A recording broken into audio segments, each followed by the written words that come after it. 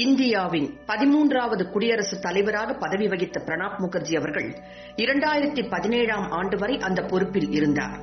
அதன் பிறகு தொடர்ந்து பொது நிகழ்ச்சிகளில் பங்கேற்று வந்த அவரை சமீபத்தில் கொரோனா நோய் தொற்றியது. இந்தியாவில் சிகிச்சை பலனளிக்காமல் நேற்று மாலை காலமானார். இந்திய ஜனாதிபதிகளில் சர்வப்பள்ளி ராதாகிருஷ்ணன், அப்துல் கலாம் இவர்களுக்கு அடுத்து அனைத்து தரப்பினர் மற்றும் அரசியல் கட்சி தலைவர்களிடம் நன்மதிப்பு பெற்றவர் பிரணாப் முகர்ஜி. காங்கிரஸ் கட்சியில் இருந்த தேசியவாதிகளில் மிகச் சிறந்தவர் என்று அவரை கூறுவர். பிரணாப்பிற்கு காங்கிரஸ் கட்சி பின்னணி இருந்த போதிலும் தனது தேசியவாத கொள்கையால் பாஜக தலைவர்களிடம் கூட மதிப்புடன் நல்ல தொடர்பு வைத்திருந்தார். நாட்டிலேயே மிகவும் உயரிய விருதான பாரத ரத்னா விருது வாஜ்பாய்க்கு வழங்கப்பட்ட போது மரபுகளை புறந்தள்ளி அப்போது ஜனாதிபதியாக இருந்த பிரணாப் முகர்ஜி வாஜ்பாயின் இல்லம் தேடிச் சென்று தேசத்தின் மிகப்பெரிய இந்த விருதினை அவருக்கு வழங்கினார். ஒரு சிறந்த தேசியவாதி இன்னொரு சிறந்த தேசியவாதிக்கு அளித்த இந்த மரியாதை நாட்டு மக்களை நெகிழச் செய்தது. பிரணாப் முகர்ஜி 2018 ஜூன் மாதம் 7ஆம் தேதி நாக்பூரில் RSS தலைமையகத்தில் நடைபெற்ற நிகழ்ச்சி ஒன்றுக்கு முதன்மை விருந்தினராக அழைக்கப்பட்டு சிறப்பிக்கப்பட்டார் என்பது குறிப்பிடத்தக்கது.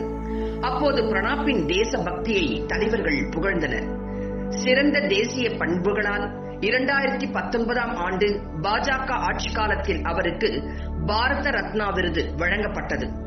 சிறந்த தேசியவாதியாக இருந்தும் காங்கிரஸ் கட்சியில் தரப்படாத மரியாதையை RSS மற்றும் பாஜக சார்பில் வழங்கப்படுவதாக பலர் அப்போது கருதினர். தேசிய பாதுகாப்பு தொடர்பான விஷயங்களில் எந்த சமரசத்திற்கும் இடமளிக்காத பிரணாப்பிடம் பிரதமர் நரேந்திர மோடியும் பரஸ்பர மரியாதை மற்றும் மதிப்பும் கொண்டிருந்தார். பிரணாப்பின் மறைவு குறித்து வருத்தம் தெரிவித்த பிரதமர் நரேந்திர மோடி அவரை ஒரு அறிஞருக்கு சமமானவர் என்றார். அனைத்து அரசியல்வாதிகளாலும் முழுவதும் போற்றப்பட்ட ஒரு அரசியல் ஸ்பெக்ட்ரம் என்றும் வர்ணித்தார். நாட்டின் வளர்ச்சி பாதையில் ஒரு அழியாத அடையாளத்தை அவர் வைத்துள்ளார் என்றும் கூறினார்.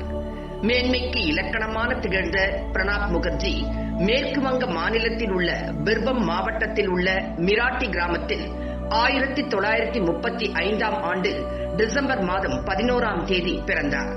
இவர் ஆரம்பத்தில் பேராசிரியராக இருந்தார்.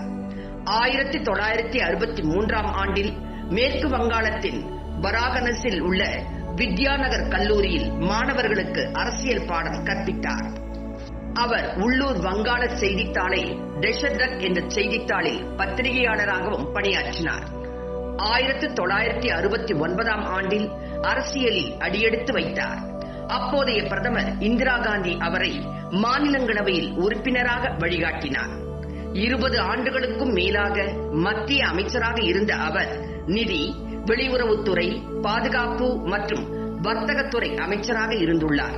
நாடாளுமன்றத்தின் இரு அவைகளிலும் தலைவராகவும் லோக்சபாவில் 1980 முதல் 85 வரை சபாநாயகராகவும் லோக்சபா தலைவராக ஜூன் 2004 முதல் ஜூன் 2012 வரையும் இருந்துள்ளார். 1991-96 காலகட்டத்தில் திட்ட கமிஷன் துணைத் தலைவராகவும் இருந்துள்ளார். நாட்டின் அரசியல் நிகழ்வுகளை 50 ஆண்டுகளுக்கும் மேலாக கண்ட ஒரு முழுமை பெற்ற அரசியல் களஞ்சியமாக திகழ்ந்தார். ஜனாதிபதி என்பவர் நாட்டின் முதல் குடிமகன் என்பதால் அந்த பணியை அர்ப்பணிப்பு உணர்வுடன் செய்தார்.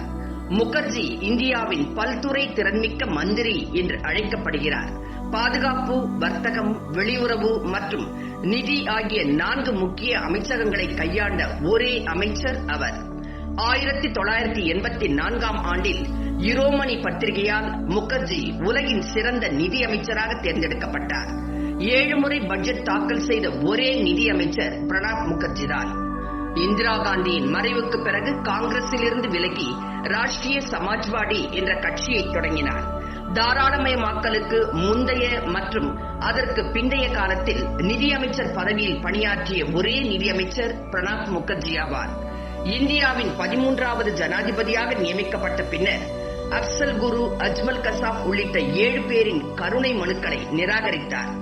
ஆசிரியர் தினத்தை முன்னிட்டு ஜனாதிபதி இல்ல வளாகத்தில் பள்ளி குழந்தைகளுக்கு இந்திய அரசியல் வரலாறு குறித்த பாடம் எடுத்த முதல் ஜனாதிபதி என்று பேசப்பட்டார்.